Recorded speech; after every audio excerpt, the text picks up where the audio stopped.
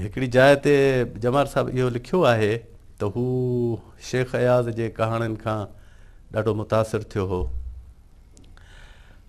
इहा संदसि रवादारी बि आहे ऐं सीरियस रिमार्क बि आहे। हू बिल्कुलु इंस्पायर थियो हूंदो उन खां, छाकाणि त every great writer gets inspired from every great thing written by anybody. पर संदसि कहाणियूं बाद में जेके हुन लिखियूं उहे लीजेंडरी साबित थियूं। इंतिहाई मुख़्तसिर कहाणियूं, 2.5 सुफ़ा हुनजी कहाणी आहे, पर उन्हनि में उहे सभई वसफ़े सुहिणियूं कहाणियूं आहिनि। छाकाणि त कंहिं शाहकार कहाणीअ जे लाइ हिकिड़ो त सोशल विज़न खपे, सोशल इश्यूज़ ते नज़र खपे, ॿोलीअ ते ग्रिप खपे, एनवायरनमेंट खपे ऐं हू को टेक्निक खपे जंहिंमें कहाणी लिखी वञे थी। जमाल साहब जे कहाणीअ में इहे फ़न जा सभई जेके शोबा आहिनि ऐं पहलू आहिनि उहे ॾाढे ख़ूबसूरत अंदाज़ सां पेश कयल आहिनि। हुन जी ॿोली, छाकाणि त अॼुकल्ह मां जमाल साहब जूं कहाणियूं अंग्रेज़ी में तर्जुमे करण जी कोशिशि करे रहियो आहियां ऐं ॾाढियूं मुश्किल कहाणियूं आहिनि। हुन जी डिक्शन ॾाढी ॾुखी आहे। पढ़ण में त ईअं थो, पढ़ण में तमामु लाइट कहाणियूं आहिनि। हुन जी डिक्शन एॾी लाइट आहे, यानी बिल्कुलु आम सिंधी माण्हू हुन जी कहाणी पढ़ी ऐं हिकदमि डाइजेस्ट करे थो वञे। हुन जी डिक्शन सिंधीअ में ईअं आहे जनरली पढ़ण में, पर जंहिं वक़्तु उन जे अंदरि थो वञिजे ऐं जंहिं वक़्तु उन खे ट्रांसलेट थो कजे त उहा ॾाढी ॾुखी डिक्शन आहे। ॾुखी इन हवाले सां आहे त ग्रामेटिकली हुन जी डिक्शन जेका आहे उहा पोएटिक प्रोज़ ऐं पोइट्रीअ जे विच में कंहिं जाइ ते आहे। टकर तां बिरोहिन जी लॾ थे लथी, हाणे इन क़िस्म जा जुमिला थो लिखे जंहिंमें जेको सिंधीअ जो रवायती ग्रामर आहे त फ़ैल कहिड़ी जाइ ते अचणु खपे, सब्जेक्ट कहिड़ी जाइ ते अचे, ऑब्जेक्ट कहिड़ी जाइ ते अचे, उन खे हू बिल्कुलु हिकिड़े पंहिंजे क्रिएटिव अंदाज़ सां पेश करे थो। उहा आम फाहम ॿोली त आहे ई सही, पर उहा पोइट्री ऐं पोइटिक प्रोज़ ऐं प्रोज़ जे विच ते कंहिं जाइ ते उन जी हिकिड़ो स्ट्रक्चर आहे। पट ते पियल पीराणीअ खे लालूअ जे पीउ झलियो। पीराणीअ जे पीउ जे नक ऐं अखियुनि जो पाणी संदसि ॾाढ़ीअ माथे टिमियो ऐं फतकंदड़ ज़ाल खे थे झलियाईं। लॾ रवानी थी पीराणीअ ओबासियुनि में अबा ऐं अमा पुकारियो। माणस खे गीलींदा विया ऐं परे खां आवाज़ ईंदो रहियो, ओ जी ख़ुदा मुंहिंजो पीराणी नंढड़ो, ओ टकर खे बाहि लॻे सिंध वसे, मुंहिंजो पीराणी नंढड़ो, हुन वार पे पटिया।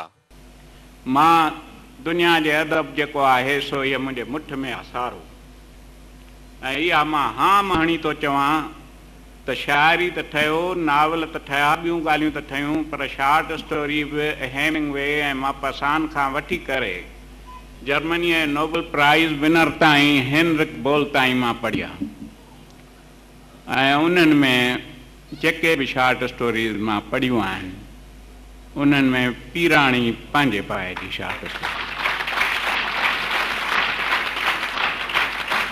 साईं जमाल अबड़े साहब जो जन्म 2 मई 1924 ते मेहर शहर जे भरिसां वाक़िअ ॻोठ सांगिन में मोहतरम अली ख़ान अबड़े साहब जिन जे घर में थियो। साईं अली ख़ान अबड़ो पिणु पंहिंजे दौर जो हिकु नामियारो तालीमदान, अदीब ऐं लेखक थी गुज़रियो आहे। साईं जमाल साहब जिन जो नंढपण सांगिन जे ॻोठ में गुज़रियो, जितां हू पटी खणी मेल पंध जो करे ॻोठ मंगवाणी जे स्कूल में पढ़णु वेंदो हुयो। बाद में जॾहिं साईं अलामा अली ख़ान नौकरीअ सांगे लाड़काणे लॾे आयो त साईं जमाल साहब गवर्नमेंट हाई स्कूल लाड़काणे में दाख़िला वरिती। जॾहिं हुन अंग्रेज़ीअ जो 5 दर्जो, जेको उन वक़्तु 4 दर्जा सिंधीअ में ऐं पोइ 7 दर्जा अंग्रेज़ीअ में पढ़ी पोइ मैट्रिक कबी हुई, पास कयो त संदसि वालिद साहब जी हैदराबाद बदिली थी। हैदराबाद में नूर मोहम्मद हाई स्कूल में 6 क्लास में दाख़िला वरिताईं, पर मैट्रिक मीरपुर ख़ास जे हाई स्कूल मां कयाईं। फर्स्ट ईयर ऐं इंटर डीजे नेशनल कॉलेज मां करे NET इंजीनियरिंग कॉलेज कराची में दाख़िला वरिताईं, पर हिन सुत ई इंजीनियरिंग करण बदिरां लॉ करण जो फ़ैसिलो कयो। जमाल साहब ऐं मां SM कॉलेज जे हॉस्टल में गॾु रहंदा हुआसीं। मूंखे ख़ाकसार तहरीक में उन वक़्त जा जेके कराची जा ख़ाकसार हुआ शागिर्द उन्हनि जो सालार मुक़ररु कयो वियो ऐं असां सुबुह शाम सिंध मदरसे में बंदर रोड ते चपरास्त कंदा रहियासीं। के अहिड़ा मरहला आया तो असां ते पीर साहब वक़्ती वक़्ती ख़फ़े बि थी पवंदो हो, पर पीर साहब जो असां सिंध जे नौजवान सां ॾाढो प्यार हो। ख़ुदा खे जन्नत नसीब करे। हिकिड़े दफ़े हॉस्टल ते झंडे चाढ़ण जो मसइलो थियो। असांजी मर्ज़ी त असां पंहिंजो झंडो चाढ़ियूं। पीर साहब खे इहा ॻाल्हि ॾाढी ॾुखी पई लॻी। पोइ हाणे असांखे सुवाल हो त इहो असां पंहिंजो मशवरो पीर साहब ॾाढो पेश कयूं। पोइ मूं पंहिंजी कमान तालारी जी जमाल साहब जे सुपुर्द कई ऐं आउं ख़ाकसार सिपाही जी हैसियत में उते वियोसि। चपरास्त कंदे SM कॉलेज खां वठी पीर कॉलोनी में पीर साहब जे बंगले ताईं वियासीं। पोइ जेॾी महिल पीर साहब खे त ख़बर ई त सालार त ताज शहर आई आहे त चवे ताज साहब त पीर जमाल साहब चयसि त मुझसे मुखातिब हो, मैं सालार हूं, ताज शहर आई कुझु नहीं। उहे ॾींहं हुआ, उहे शींहं हुआ। साईं जमाल साहब जूनागढ़ में भी 4 महीना तालीम हासिल कई हुई। साईं जमाल साहब अदब ॾांहुं अचण जो सबब जेतोणीक पंहिंजे अंदर जी बेचैनी ऐं कमिटमेंट ॿुधायो हो, पर संदसि घरू माहौल पिणु संदसि उन जज़्बे खे वधाइण में बुनियादी किरदारु अदा कयो। संदसि वालिद साहब वटि जीअं त किताबनि जी हिकु लाइब्रेरी हूंदी हुई, उन करे उन लाइब्रेरीअ में टैगोर, मुंशी प्रेमचंद ऐं टॉलस्टॉय वग़ैरह जा मौजूद किताब साईं जमाल साहब नंढपण खां ई पढ़ण लॻो हो। टैगोर जे कहाणियुनि जो मथसि काफ़ी असरु थियो। टॉलस्टॉय जूं कहाणियूं बि सिंधी तर्जुमे सां पढ़ियूं हुयाईं। अंग्रेज़ी लिटरेचर घणो न पढ़ियो हो, पर मुंशी प्रेमचंद जूं कहाणियूं बि ॾाढियूं वणंदियूं हुयसि। सिंधी लेखकनि में अमरलाल हिंगोराणीअ खे पिणु पढ़ियाईं। शेख अयाज़ खे जदीद सिंधी कहाणीअ जो बानी सम्झंदड़ साईं जमाल अबड़े पहिरीं कहाणी हू हुर हो 25 सालनि जी उमिरि में लिखी हुई, जॾहिं त हुन 24 सालनि जी उमिरि में 1948 में लाड़काणे में वकालत करणु शुरू कई हुई।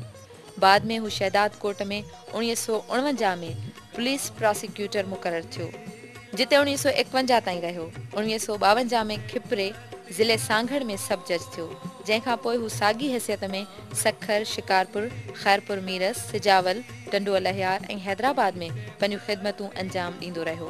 बाद में खेसि सेशन जज जे उहिदे ते तरक़ी ॾिनी वई। मुंहिंजी जमाल साहब सां वाक़फ़ियत तमामु घणो पोइ थी। पहिरियों दफ़ा मुंहिंजी मुलाक़ात जमाल साहब सां जेकॾहिं मूंखे सही थो यादि पए त 1966 में उन वक़्तु थी जॾहिं मां अंडर ट्रेनिंग असिस्टेंट कमिश्नर थी हैदराबाद में आयुसि। उन वक़्तु जमाल साहब जिन हैदराबाद में जज हुआ।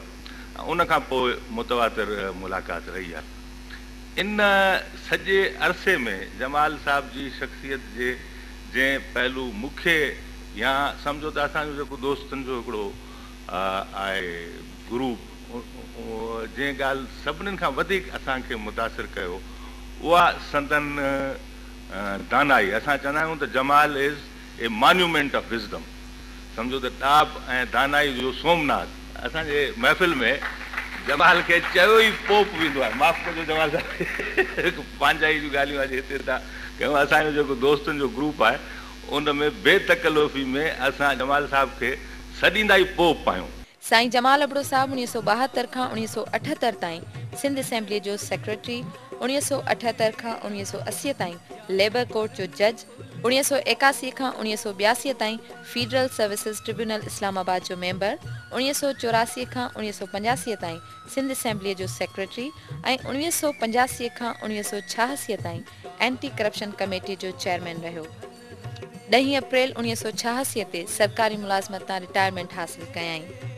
सिंध जा माण्हू जिन खे उस में आराम सां जीअण जी दुआ पे मिली आहे, जिन पंहिंजे ख्वाबनि जे पखियुनि खे सिंधी अदब जे धरतीअ ते चुगंदे महसूस कयो आहे, उहे अॼु वरी ॻोल्हीनि पिया पंहिंजे ॻोढ़नि जी रोशनी जमाल अबड़े जे कहाणियुनि में, संदसि किरदार में ऐं संदसि फ़िक्र में।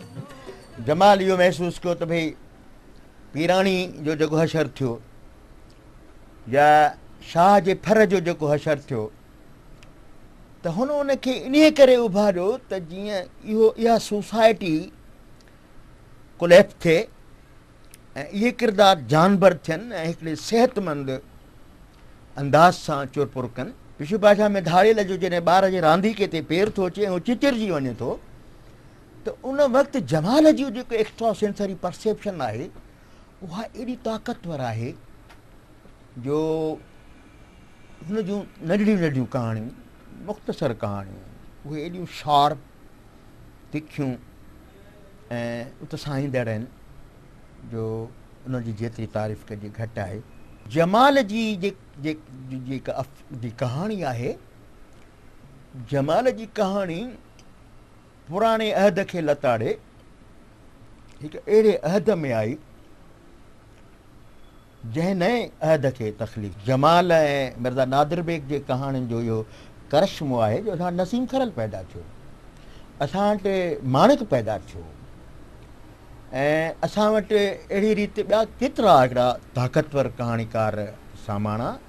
जमाल अबड़े जूं कहाणियूं पढ़ंदड़नि खे नओं उत्साह, नओं शऊर ऐं नओं अहसासु ॾियारीनि थियूं, खेनि जियारीनि थियूं परीअं जी ॻाल्हि करे ऐं पोइ हू जी पवनि था मरंदड़ दौर में बि। जमाल अबड़े साहिब जिन कहाणियुनि खां सवाइ पंहिंजे ज़िंदगीअ जे आख़िरी चंद सालनि में पंहिंजी आतम कहाणी पिणु लिखी जेका 5 जुल्दनि में शाया थी चुकी आहे ऐं इहे किताब पिणु सिंधी जदीद तारीख़ आहिनि। 20 सदी दुनिया जे ॿियनि ॿोलियुनि जे अदब समेत सिंधी अदब जे उरूज जी सदी पिणु हुई। इन सदीअ सिंध खां उन जा सुख ज़रूरु खसिया पर उन जा ॾुखोयल पुट जंहिं जंहिं महाज़ ते रहिया मज़बूत ई रहिया। संदन अखियूं त सदियुनि जूं सदाऊं ई रहियूं पर संदन दिलनि जे दरियानि ऐं ज़हननि जे ज़मीनुनि हिन देस खे सुखियो रखियो।